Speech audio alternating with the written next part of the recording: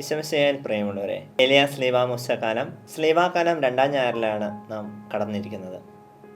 ഇതിൻ്റെ പ്രധാന പ്രമേയം എന്ന് പറയുമ്പോൾ ഏലിയയുടെയും മൂസയുടെയും പൂർത്തീകരണമാണ് മിശിഹ എന്നും, ഒപ്പം തന്നെ സ്വർഗരാജ്യത്തെ ലക്ഷ്യമാക്കുന്ന തീർത്ഥാടകരായ നാം കുരിശിൻ്റെ മാർഗത്തിലൂടെയാണ് നടക്കേണ്ടത് എന്നുമാണ്. ഈ ഏലിയ സ്ലീവാ മൂസക്കാലത്തിൻ്റെ വായനകളെല്ലാം തന്നെ കർത്താവിൻ്റെ 2ാമത്തെ വരവിനെക്കുറിച്ചാണ് നമ്മൾ ധ്യാനിക്കുകയും അതിനെക്കുറിച്ചാണ് ചിന്തിക്കുകയും ചെയ്യുന്നത്. ഇന്നത്തെ വായനകളെല്ലാം തന്നെ വിരൽ ചൂണ്ടുന്നത് അടയാളത്തിലേക്കാണ്. പ്രത്യേകമായിട്ട് നോഹയിലൂടെ മഴവില്ല് അടയാളമായി കാണിച്ചുകൊണ്ട് വിശുദ്ധ മത്തായിയുടെ സുവിശേഷത്തിൽ മനുഷ്യപുത്രൻ്റെ 2ാമത്തെ ആഗമനം വരെയാണ് ഈ വായന നീളുന്നത്. വിശുദ്ധ ഗ്രന്ഥത്തിൽ ഉൽപ്പത്തി മുതൽ വെളിപാട് വരെ അടയാളങ്ങളുടെ ഒരു നീണ്ട നിര തന്നെ നമുക്ക് ദർശിക്കാൻ സാധിക്കും. എന്നാൽ സുവിശേഷങ്ങളാണ് അടയാളങ്ങളുടെ എല്ലാം പൂർത്തീകരണമായി സഭ നമുക്ക് കാണിച്ചു തരുന്നത്. വിശുദ്ധ യോഹന്നാന്റെ സുവിശേഷം അറിയപ്പെടുന്നത് അടയാളങ്ങളുടെ പുസ്തകം എന്നാണ്. എന്നാൽ സമവീക്ഷണ സുവിശേഷമായ വിശുദ്ധ മത്തായും മർക്കോസും ലൂക്കായും ഒന്നുപോലെ മനുഷ്യപുത്രൻ്റെ ആഗമനത്തെക്കുറിച്ച് വളരെ വിവരിക്കുന്നതായി നമുക്ക് സുവിശേഷം വായിച്ചു പോകുമ്പോൾ കാണാൻ സാധിക്കും. വിശുദ്ധ മത്തായിയുടെ സുവിശേഷത്തിന് പ്രത്യേകമായി കാണുന്നത് മനുഷ്യനെയാണ്. വിശുദ്ധ മത്തായിയുടെ സുവിശേഷം മനുഷ്യനെ പ്രത്യേകമാക്കുന്നതിന് കാരണം ഈശോയുടെ മനുഷ്യാവതാരത്തിനാണ് സുവിശേഷകൻ കൂടുതലായിട്ട് പ്രാധാന്യം കൊടുക്കുന്നത്. ഇന്നത്തെ വായനകൾ 3 ഉദ്ദേശങ്ങളാണ് നമുക്ക് കാണിച്ചു തരിക. ഒന്നാമതായി മനുഷ്യപുത്രൻ്റെ ആഗമനത്തിൻ്റെ അടയാളവും, 2ാമതായി കാലത്തിൻ്റെ അടയാളവും, 3ാമതായി വചനത്തിൻ്റെ അടയാളവുമാണ്.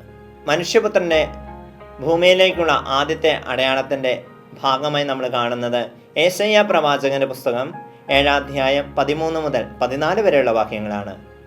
അതിനാൽ കർത്താവ് നിനക്ക് ഒരു അടയാളം തരും, യുവതി ഗർഭം ധരിച്ച് ഒരു പുത്രനെ പ്രസവിക്കും, അവൻ ഇമ്മാനുവേൽ എന്ന് വിളിക്കപ്പെടും. അതേ പ്രിയമുള്ളവരെ, യേശയ്യാ പ്രവാചകനിലൂടെ ആദ്യത്തെ അടയാളം കർത്താവ് വെളിപ്പെടുത്തി കൊടുത്തതാണെങ്കിൽ അവസാനത്തെ അടയാളം കർത്താവ് തന്നെ തൻ്റെ ശ്രേഷ്ഠ ശിഷ്യന്മാർക്ക് വെളിപ്പെടുത്തി കൊടുക്കുന്നതാണ് നമ്മൾ സുവിശേഷത്തിൽ കാണുന്നത്. അടയാളങ്ങളുടെ എല്ലാം ലക്ഷ്യം എന്താണെന്ന് ചോദിച്ചാൽ അത് മാനസാന്തരവും മനുഷ്യ രക്ഷയുമാണ്. മനസ്സ് തിരിഞ്ഞ് കർത്താവിലേക്ക് തിരിഞ്ഞു നടക്കാൻ നമ്മളെ ഓർമ്മപ്പെടുത്തുകയാണ് ഓരോ അടയാളവും. ഒപ്പം തന്നെ മനുഷ്യരക്ഷയ്ക്ക് വേണ്ടി എത്ര വലിയ ത്യാഗമെടുക്കാനും ദൈവം തയ്യാറാണെന്ന് നമ്മളെ സുവിശേഷവും ബൈബിളും കാണിച്ചു തരുന്നുണ്ട്.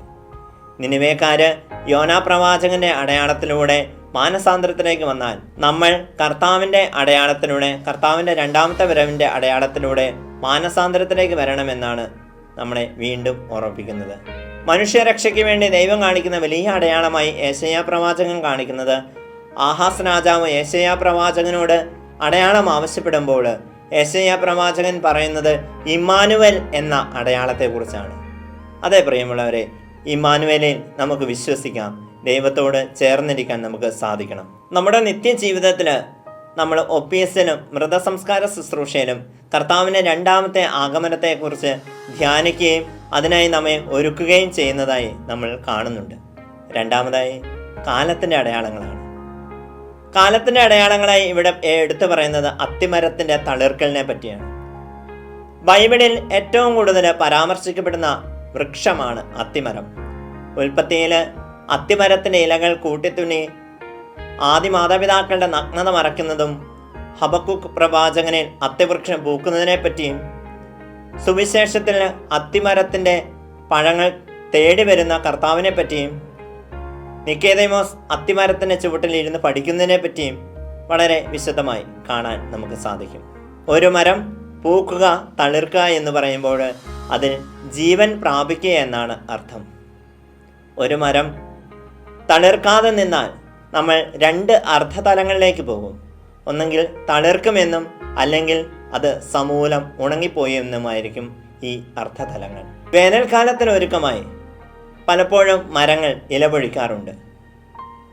2-3 ആഴ്ചകൾ കഴിയുമ്പോൾ അത് വീണ്ടും തളിർത്ത് വരികയും ചെയ്യും. നമ്മുടെ വിശ്വാസ മേഖലയിലും വിശ്വാസ ജീവിതത്തിനും ഈ കാലഘട്ടത്തിൽ തളർക്കൽ ആവശ്യമാണ് എന്നാണ് നമ്മളെ പഠിപ്പിക്കുന്നത്. നമ്മുടെ വിശ്വാസ മേഖലയിലും വിശ്വാസ ജീവിതത്തിനും തളിർക്കൽ ആവശ്യമാണ്. കാലഘട്ടത്തിൻ്റെ പുത്തൻ പ്രവണതകൾക്കനുസരിച്ച് നീങ്ങാതെ അതിൽ നിന്നൊന്ന് മാറി ചിന്തിക്കാൻ നമുക്ക് എല്ലാവർക്കും സാധിക്കണം. ഇതിന് സാധിക്കാതെ വന്നാൽ മരുഭൂവൽക്കരണത്തിൽപ്പെട്ട് ഉണങ്ങിപ്പോകുന്ന വൃക്ഷം പോലെയായി തീരും നമ്മുടെ ജീവിതവും.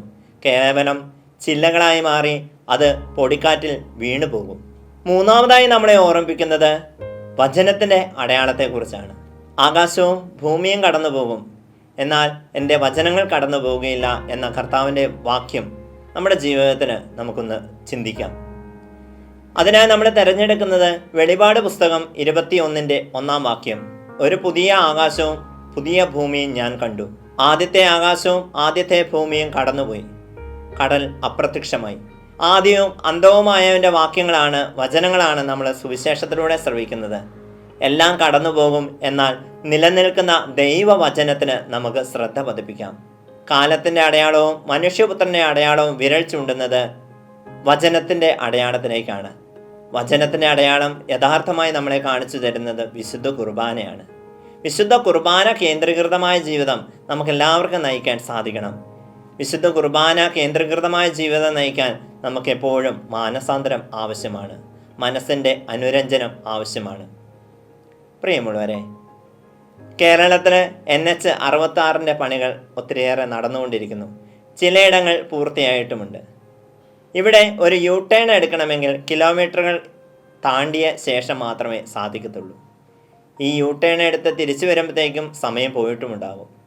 എന്നാൽ നമ്മുടെ അനുദിന ജീവിതത്തിന് നമുക്കൊരു U-ടേൺ എടുക്കാം. അതിന് ഒന്ന് മനസ്സ് വെച്ചാൽ മാത്രം മതി, കേവലം പ്രായശ്ചിത്തം മാത്രമാണ്. ഈ U-ടേണിലൂടെ നമ്മുടെ വിശുദ്ധ കുർബാനയിലേക്കും നമ്മുടെ സഹോദര ബന്ധങ്ങളിലേക്കും നമുക്ക് വളരാൻ സാധിക്കും. അങ്ങനെ കാലത്തിൻ്റെയും മനുഷ്യപുത്രൻ്റെയും അടയാളമായ മിശിഹായെ നമുക്ക് തിരിച്ചറിഞ്ഞ് വചനത്തിൽ ജീവിക്കാം. ദൈവം നിങ്ങളെ അനുഗ്രഹിക്കട്ടെ.